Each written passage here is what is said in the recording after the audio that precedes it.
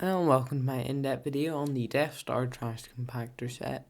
So in this video I'll be talking about the set, all the features, minifigures and a bunch of other things about it. Do you enjoy this video, please subscribe because I'll be doing this for the last of the diorama sets and I've already done it for the previous one if you want to check that video out. But yeah, anyway, so starting off with the box art, it is pretty cool box art. I like the purplish red fade in the background. It says Death Star Trash Compactor, and then at the bottom 18 plus 75339, 802 pieces, which is quite a lot, but there's a lot of studs, and yeah, that makes up a lot of the pieces. I think that's something I don't like about these sets, is technically the prices match pieces, and I'll be on to that in a second, but there's a lot of studs and just one brick wide pieces.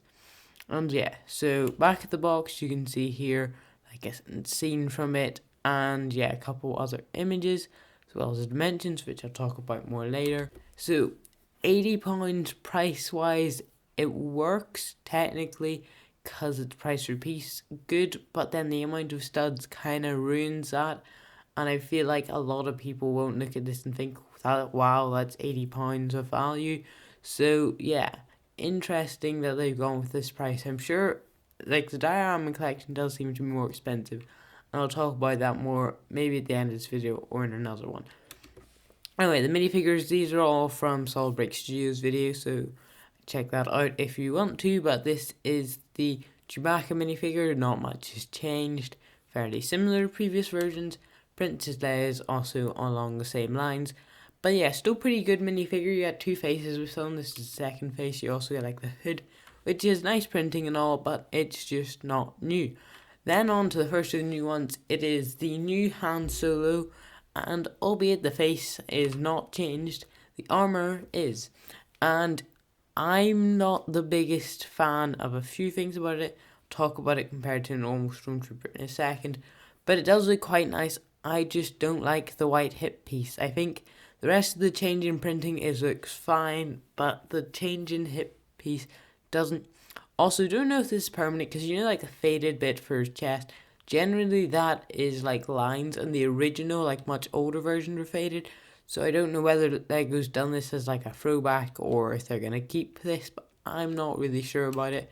Because yeah, I kind of think this one looks a bit better. Obviously the helmet is not included in the Han Solo one, but the back of the, do you think the back's improved? Like the back printing's pretty cool, and you have a second face for Han Solo.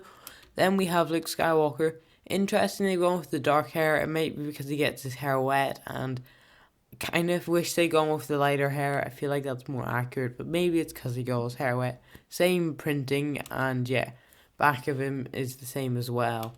The C-3PO minifigure is much improved. It has a lot more printing, looks really nice. The wires look pretty cool as well.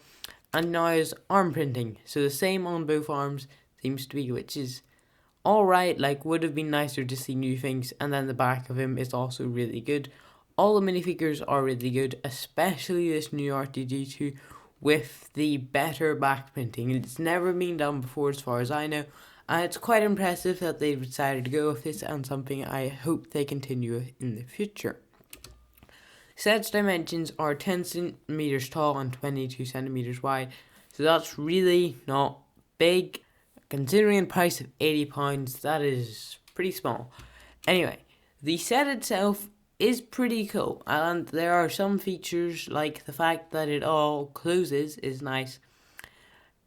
Admittedly, there is a bit of a drawback to that due to the junk doesn't look to be enough of it. It looks far too organised, and it is organised, so then it can close.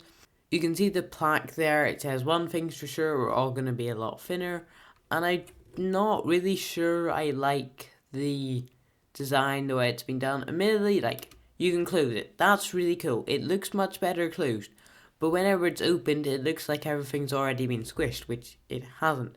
So really, they should have maybe made them like more spread out, and yeah. But I do think they could have maybe put in some random pieces, a couple of beams like the one Chewie's holding, and that would have looked much better. Anyway, back of the set is pretty impressive that they've decided to include this. albeit just a printed tile and a couple of minifigures, but it's nice that they included a spot for them. The back of the set is not very aesthetic though, so maybe it's more of an area to just place your minifigures, or if you have it on like the end of the thing, it's not all studs, there is like something back there to display. This image, never really know why they included it, like at least when they show the building ones there is actually something going on, but anyway, still there. Then we have this image of it on display, very zoomed out, so zoom in slightly. You can see there it does look pretty nice, and it's quite a cool one because it's a bit of an iconic scene, albeit according to Lego, all the iconic scenes are from the original trilogy. And you can see it next to the other two sets, and yeah, it is looked to be the smallest of them, and also one of the more expensive ones. Not that, yeah, that's just kind of weird. I think Lego's pricing, considering the other two are cheaper but bigger, doesn't make much sense. And yeah, overall it is pretty cool compared to like the one from the Death Star. You can see it's much better than this, albeit the minifigures look quite similar actually. And yeah, compared to the actual scene though, there is a lot of accuracy. I do think the door is a bit small at the back. I think that is something Lego maybe should have fixed as well. But yeah, it does look to be pretty accurate, other than the fact that there's not enough like trash or rubbish in it.